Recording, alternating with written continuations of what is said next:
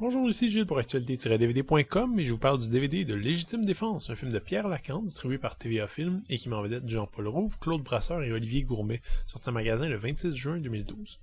Un homme sans histoire est plongé dans une sombre histoire de gangster après que son père, détective privé, à son compte et ex-agent de police, ait mystérieusement disparu.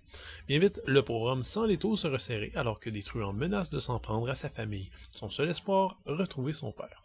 Sérieusement, retrouver Jean-Paul Rouve en tête d'affiche d'un thriller, c'est pas un choix évident, disons. Avec sa tête bien ordinaire et ses yeux un peu perdus, disons qu'on est loin d'un héros à la Humphrey Bogart.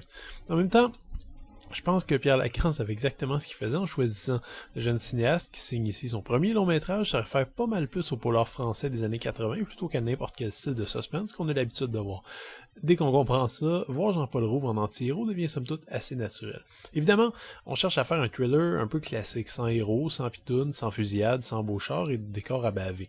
Ça se passe pas à Los Angeles, mais bien dans le Nord-Pas-de-Calais, avec comme héros un petit moustachu frisé et comme méchant un triste cirque qui tient un bistrot du coin. On a déjà vu plus glamour. Et vous en êtes averti, si pour vous un thriller réaliste et terre à terre, c'est genre Contraband avec Mark Wahlberg, vous serez peut-être un peu étourdi par tant d'images mornes et moroses. En fait, je dirais même que cette volonté d'éviter à tout prix le spectaculaire peut devenir irritante tellement parfois on a l'impression qu'on a paradoxalement beurré épais dans ce sens-là. Je pense par exemple à une poursuite en forêt vraiment miteuse dans des décors naturels tellement minimalistes qu'on n'arrive pas à croire que quiconque puisse s'y cacher. C'est un peu drôle comme résultat, on veut tellement pas avoir l'air d'être dans un film hollywoodien invraisemblable que finalement on en vient même à se tirer dans le pied au niveau de la crédibilité. Disons qu'à ce niveau, l'équilibre est un peu chancelant. Je vais dire tout de suite que Légitime Défense, c'est pas non plus un grand film. On peut trouver le ton sombre du film assez rafraîchissant, mais il y a aussi un paquet de défauts qu'on peut pas vraiment nier. J'ai trouvé Jean-Paul Rouve physiquement très crédible, mais son jeu est un peu inégal. Même chose pour le formidable Olivier Gourmet, qui campe un méchant gangster qui frôle la caricature. Heureusement, son regard glaçant contribue à rendre son protagonisme assez inquiétant. Disons que si le rôle avait été tenu par la plupart des acteurs que je connais, il aurait sûrement été involontairement comique. Le problème que beaucoup vont avoir, c'est la surabondance de clichés.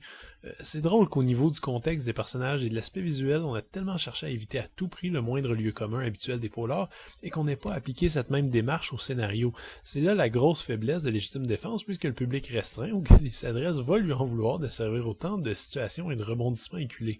Quant au public habituellement friand de ce genre de poncif, il va être déçu par l'aspect rébarbatif de la mise en scène et des décors. Bref, le film de Lacan se retrouve entre deux chaises et convaincra donc, à mon avis, personne. C'est un peu dommage parce qu'au final, malgré les faiblesses, on se rend compte que cette histoire fonctionne. Lacan a peut-être beaucoup à apprendre, mais il se révèle terriblement efficace au niveau du rythme. Et bien malgré moi, j'ai été accroché par le récit, pourtant prévisible, pour finir par réellement m'attacher au personnage de Jean-Paul Rouve. C'est donc pas un thriller idéal, mais c'est aussi rugueux et amer, sale et crade, toutes des qualités que le réalisateur a évidemment recherchées. Le DVD est présenté à 1,85 anamorphique et non en 2,35 comme il est indiqué sur le boîtier. L'unique piste audio est en français 5.1, cherchez pas de sous-titres et encore moins de bonus, vous avez le film, un point c'est tout. Légitime Défense casse pas la baraque, je vous le dis tout de suite, mais le divertissement est là, pour autant que l'aspect terne et sec de l'œuvre ne vous déprime pas trop et que les lieux communs abondants ne vous ennuient pas. Si vous aimez bien le cinéma français et que le glamour américain vous énerve, vous pourrez toujours tenter votre chance avec ce petit film de Pierre Lacan. C'était Gilles, merci. Bon visionnement.